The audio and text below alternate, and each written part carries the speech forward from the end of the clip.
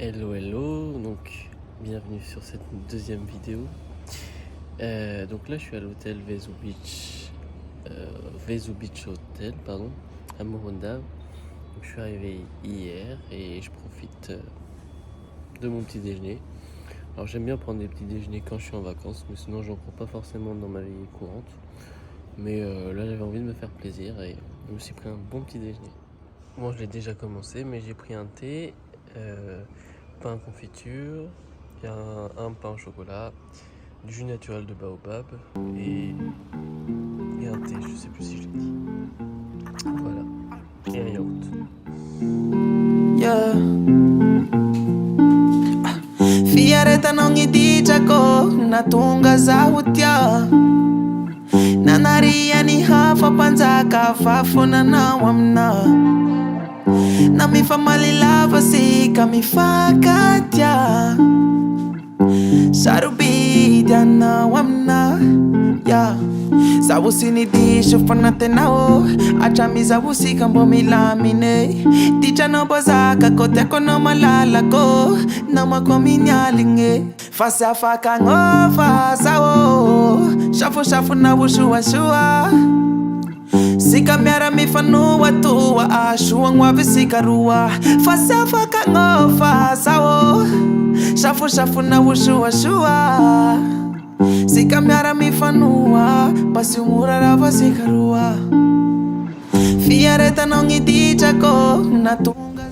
Bon là on est dans la station de taxi Brousse à Morondava.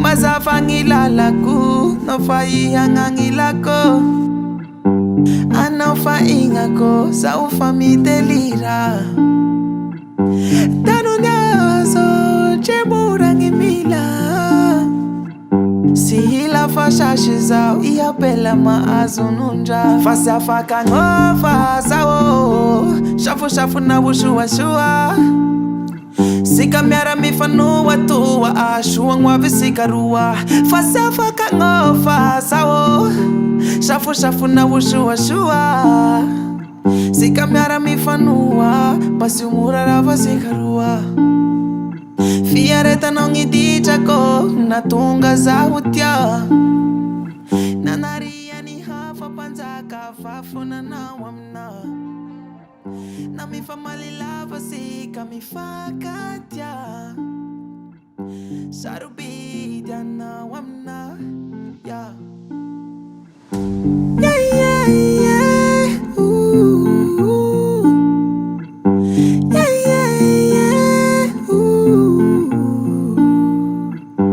Yeah, yeah, yeah. Ooh. Yeah. Voilà, on est arrivé sur l'allée des Baobabs. On vient de se garer et on va voir le coucher de soleil sur cette magnifique allée des Baobabs qui est située donc à 45 minutes de Morondava, au nord-est de Morondava.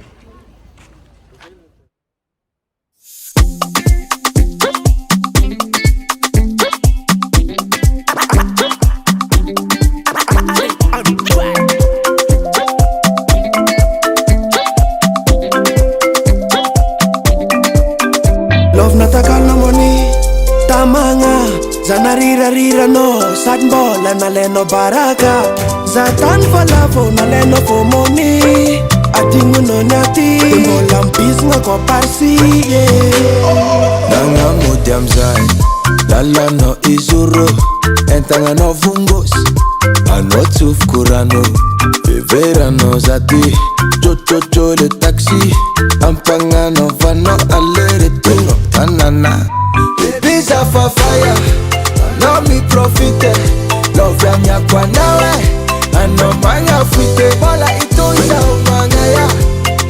umanga ya baby yo anga Sauvafaye, Fatima vita kaza. Ambileno sama yeni lami. Oh, za Fatima vita kaza. Orera kaza mangara kasi trapuno. Fatima vita kaza. Ambileno sama yeni lami. Oh, za Fatima vita kaza. Orera kaza mangara kasi trapuno. Love nataka no money. Tamanga zanarira rira no sad more na no baraka. Zatak falavo na leno for money. Adino no nyati. Bis na kwa pasi. Zamankatia no suato no atala. Fitiava kwa no como snato no tola. Dato no mai como si facci dingikwe. Zuchi tantikwe. Azama vo manindwe. Ebisa fafaya. Ano mi profite. Love mia kwa nawe. Ano manga fuite. Mamala itu isa mangaya. Sao mangaya baby yo. Mangaya. Sao fafaye. Za Fatima vita kaza. Ambileno sama yeni lami. Oh, za Fatima vita kaza. Orera kaza mangara kasi trapuno. Za Fatima vita kaza. Ambileno sama yeni lami. Oh, za Fatima vita kaza. Orera kaza mangara kasi trapuno.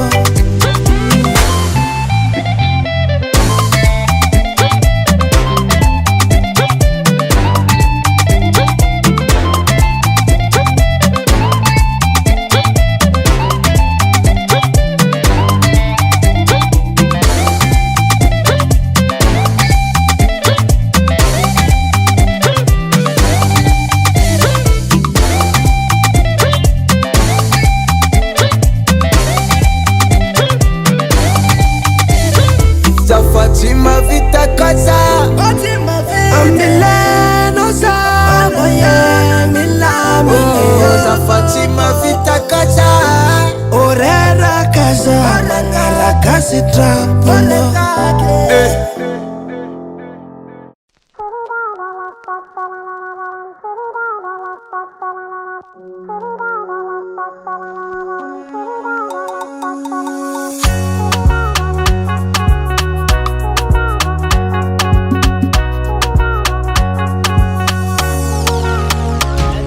Chiniana fantara kwana.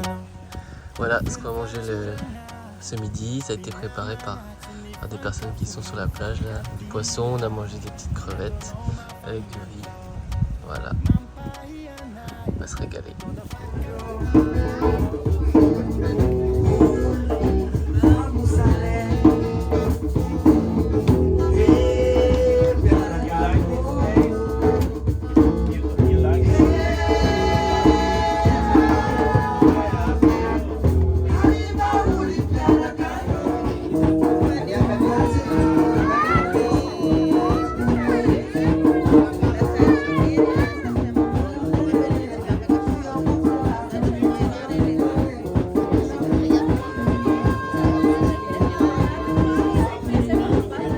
Sinon, maintenant, je vais parler d'un nouveau sujet. C'était, je voulais évoquer un peu les points qui peuvent me déranger ou me choquer ici.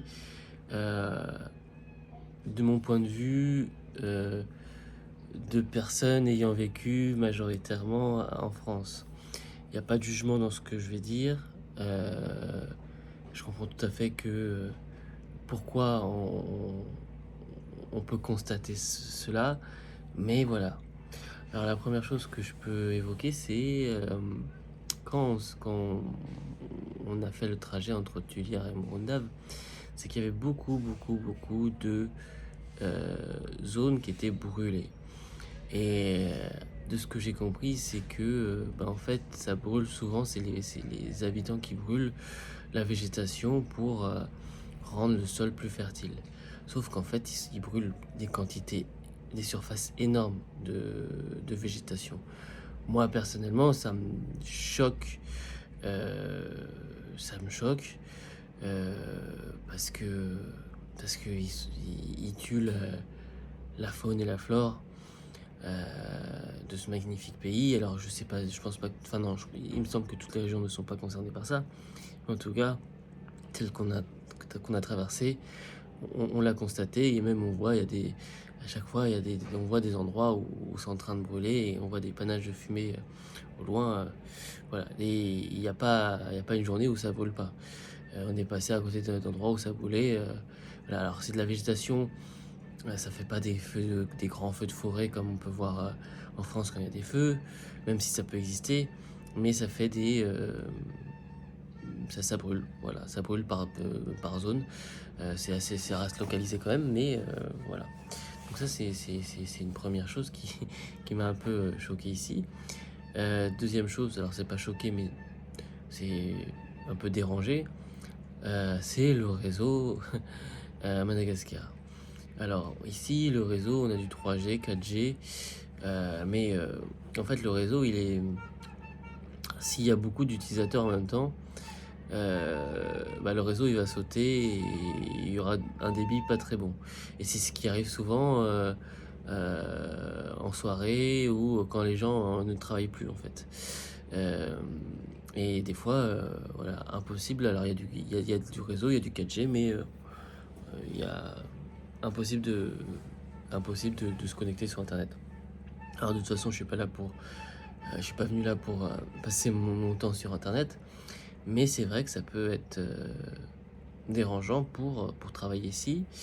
Ça peut être dérangeant pour travailler ici. Autre chose qui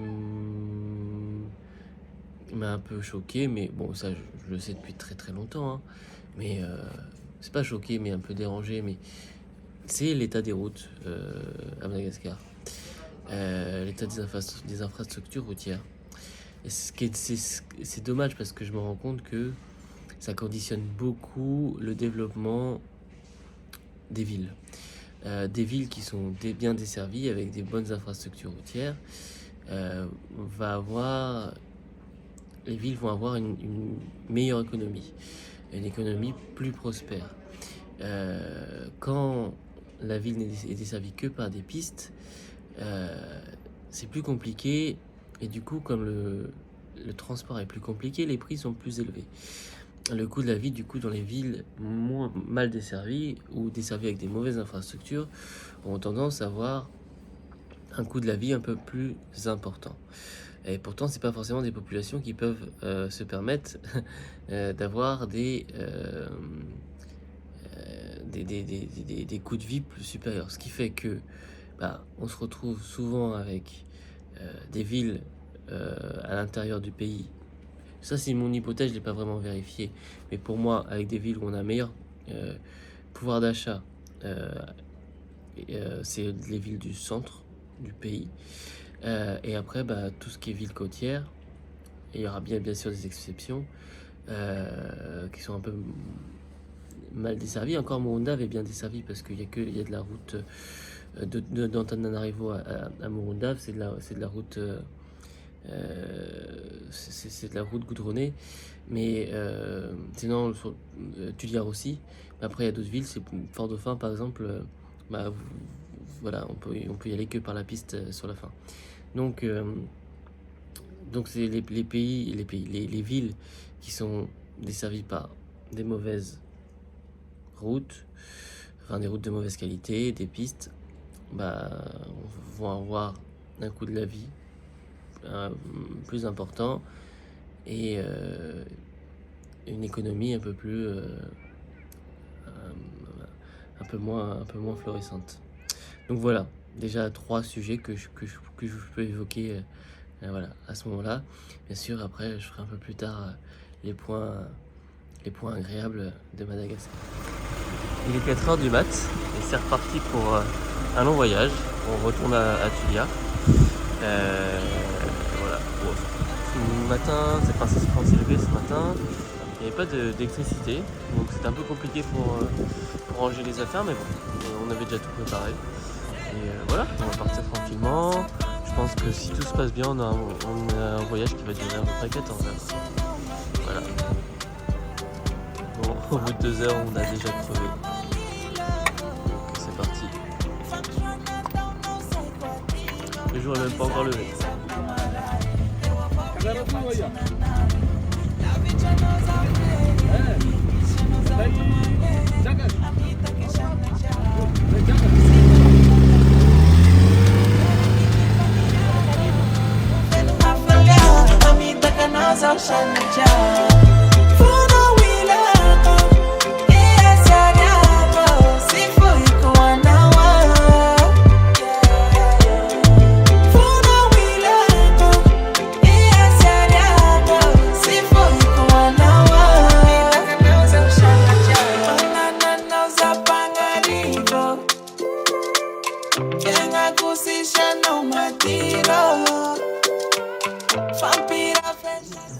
Ça, c'est un avocat malgache. C'est par rapport à ma main, c'est beaucoup plus grand que ce qu'on peut trouver en France. Enfin, d'ailleurs, ça pousse pas en France, mais voilà. Et là, il est très très mûr. Voilà la cuisine malgache.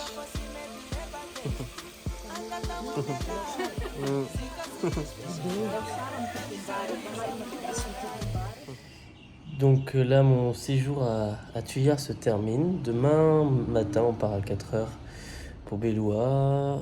On y reste 2 nuits. Et on va aller se diriger vers Fort-Dauphin. La route, ça devrait plutôt bien se passer, mieux se passer qu'en décembre. Parce qu'il n'y a pas d'eau, c'est sec. Donc voilà, on prévoit d'arriver en début de soirée, demain. Voilà. Je voulais aussi parler des choses, des belles choses qu'on peut vivre à Madagascar, ou les belles choses qu'on peut voir à Madagascar. Et déjà, ce qu'on peut déjà voir, c'est la force, la résilience qu'a ce peuple malgache ce peuple malgache qui regroupe un ensemble de peuples différents. Vraiment, plus j'apprends à connaître mon peuple d'origine, plus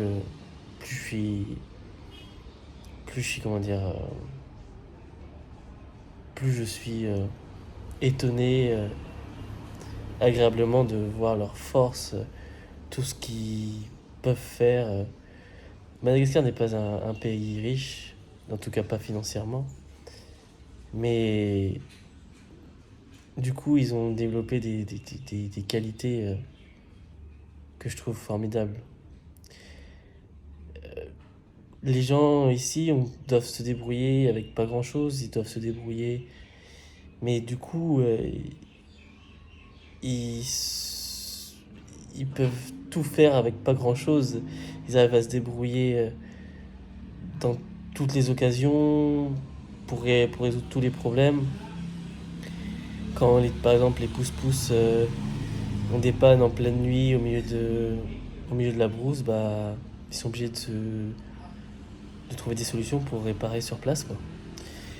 Et voilà un exemple. Après, par exemple, moi j'ai vu des histoires de jeunes 17, 18, dans cet âge-là qui font déjà des affaires, qui quand ils gagnent un peu d'argent vont acheter des poules pour pouvoir les revendre derrière.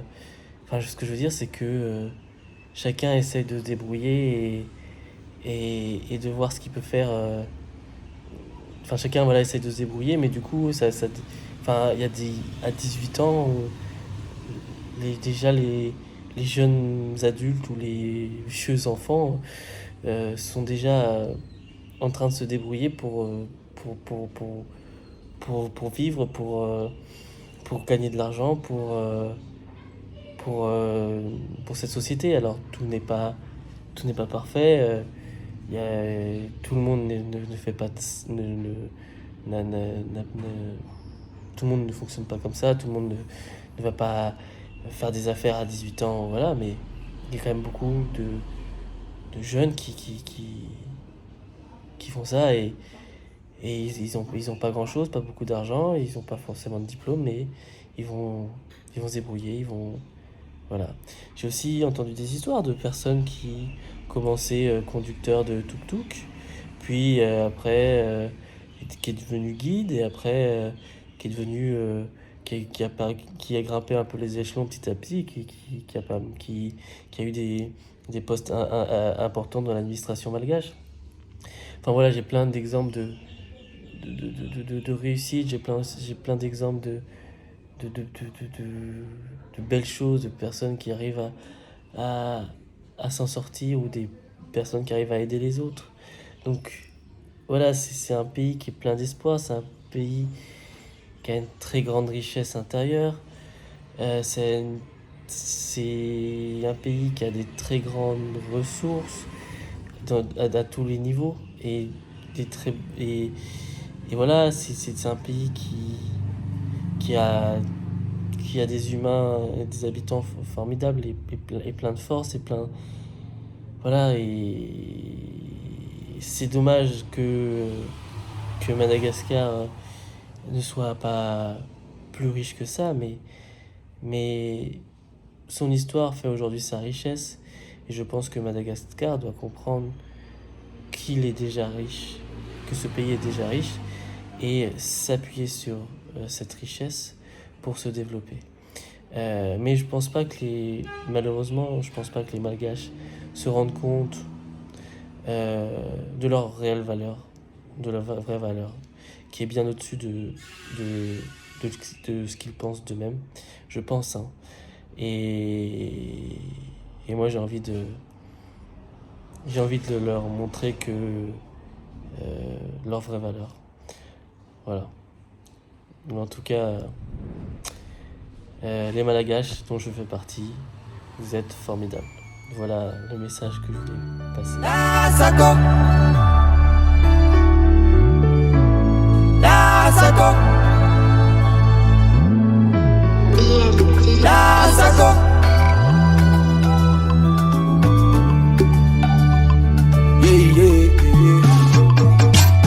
Nangala klakle now, nangala klakle now, chita now, nangala kalakaleka now. Rafanta kuchame kwa now, ita now, love ilen fa no chim zara zara. Kanefa za mazutum karakara, nam lafun teknika na angat ndara. Des années quand on femme dara dara. Simbar nga zeng bro, after not a kang le défaut. Amble na wizam sa fitness, nambela no solo. Voilà, il est 6h30. Belou se lève. Je suis arrivé à Belou avant-hier. On repart. C'est bien passé. On a profité de la famille. Et là, Belou se réveille. Il fait pas très chaud. Il fait peut-être 16 degrés. Chacun va commencer à préparer ses petites affaires. Et voilà. La voiture est prête.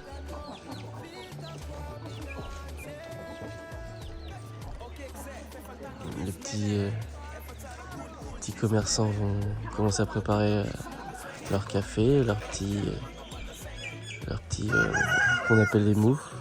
Ce sont des petits beignets ou des choses comme ça, sucrés, salés. Voilà.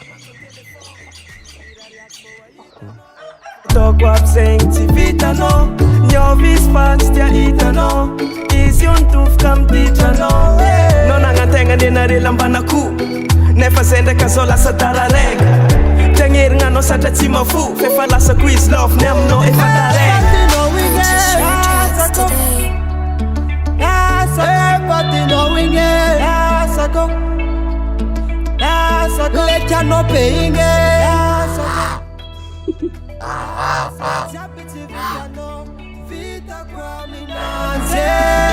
Everybody knowing it Ah, un caméléon, trop beau. Rouge, il se cache pas trop. Wow.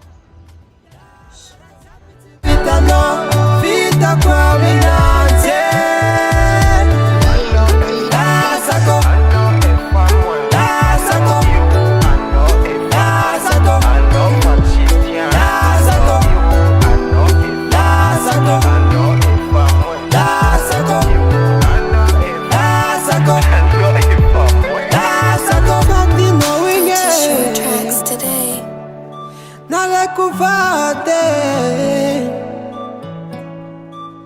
Vampela tangako Anofatitiane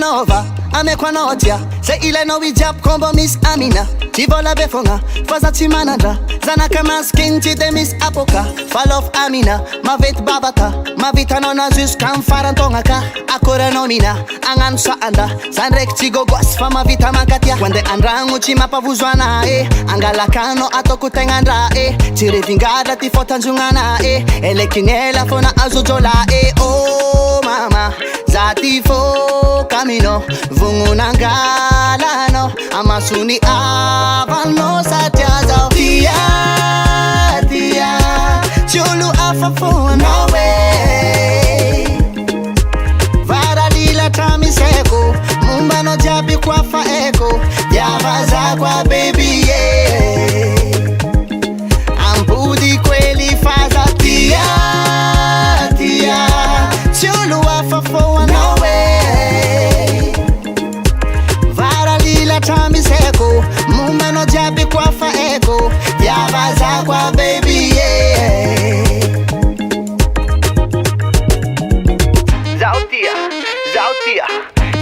Donc je suis à l'aéroport, je vais partir dans 1 heure, c'est la fin de mon séjour.